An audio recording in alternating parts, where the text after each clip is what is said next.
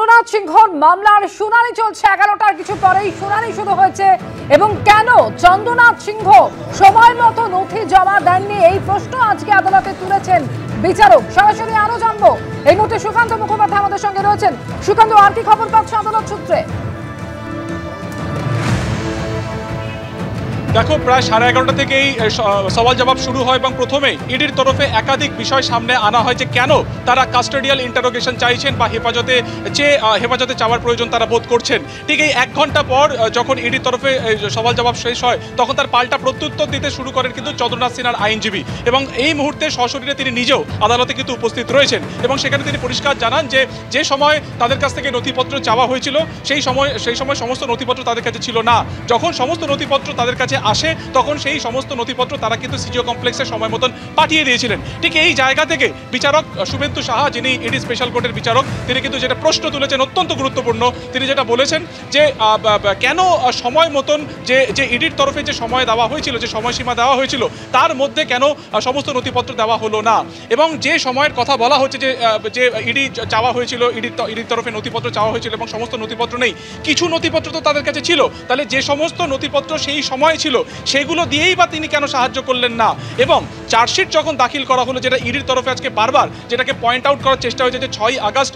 ষষ্ঠ supplementary chargesheet জমা পড়ে এই নিয়োগ দুর্নীতি মামলাতে, এবং তার 24 থেকে 48 ঘন্টার মধ্যে তড়িঘড়ি সমস্ত নথিপত্র জমা দেন। এই জায়গাটা থেকে কিন্তু বিচারকও একই প্রশ্ন তুললেন এবং তিনি জানালেন যে কেন তড়িঘড়ি চার্জশিট জমা দেওয়ার পরে সমস্ত ডকুমেন্টস তাদের কাছে চলে আসলো এবং সেগুলো তারা ইডিকে দিলেন। তাহলে এক্ষেত্রে দাঁড়িয়ে প্রশ্ন উঠছে যে তারা তাহলে কেন সময় মতন ইডিকে এই যে 41 লক্ষ টাকা যে নগদ পাওয়া গেছিল এবং এই নগদ পাওয়ার পরিপ্রেক্ষিতে যে সমস্ত নথিপত্র বা ডকুমেন্টস তাদের কাছে চাওয়া হয়েছিল সেগুলো দিয়ে কেন তদন্তে সহযোগিতা করলেন না। অত্যন্ত গুরুত্বপূর্ণ যে প্রশ্ন তা কিন্তু এই মুহূর্তে বিচারকের তরফে করা হয়েছে, যে প্রশ্নকে পয়েন্ট আউট করে কাস্টোডিয়াল ইন্টারোগেশন বা হেফাজতে যে আবেদন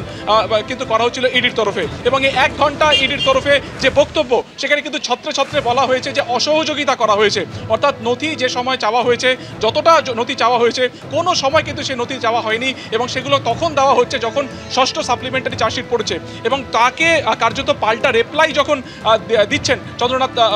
সিনহার আইনজীবী যে সমস্ত নথিপত্র যে সময় চাওয়া হয়েছিল সমস্ত নথিপত্র ছিল না, কিছু নথিপত্র ছিল, কিন্তু সেগুলো সমস্ত কিছু একত্রিত করতে কিছুটা তারা সময় চেয়েছিলেন, সেই সময় ইডির তরফে দেওয়া হয়নি। যখন সময় দেওয়া হয় তারপরে কিন্তু তিনি দিয়ে দেন। ফলত এখানে এই যে টাইমের যে প্রশ্ন, অর্থাৎ ষষ্ঠ সাপ্লিমেন্টারি চার্জশিট জমা পড়লো আর তারপরে সমস্ত নথিপত্র ইডিকে দেওয়া হলো, এই বিষয়টা নিয়ে কিন্তু খোদ বিচারক শুভেন্দু সাহা, ইডি স্পেশাল কোর্টের যিনি বিচারক, তিনি প্রশ্ন তুললেন যে যখন তাদের কাছ থেকে প্রথমে চাওয়া হয়েছিল কেন সেই সময় 2টো দলিল তাদের কাছে থাকতে পারতো, 3টে দলিল তাদের কাছে থাকতে পারতো, সেগুলো দিয়েই তৎক্ষণাৎ কেন তদন্তে সহযোগিতা করা হলো না, এবং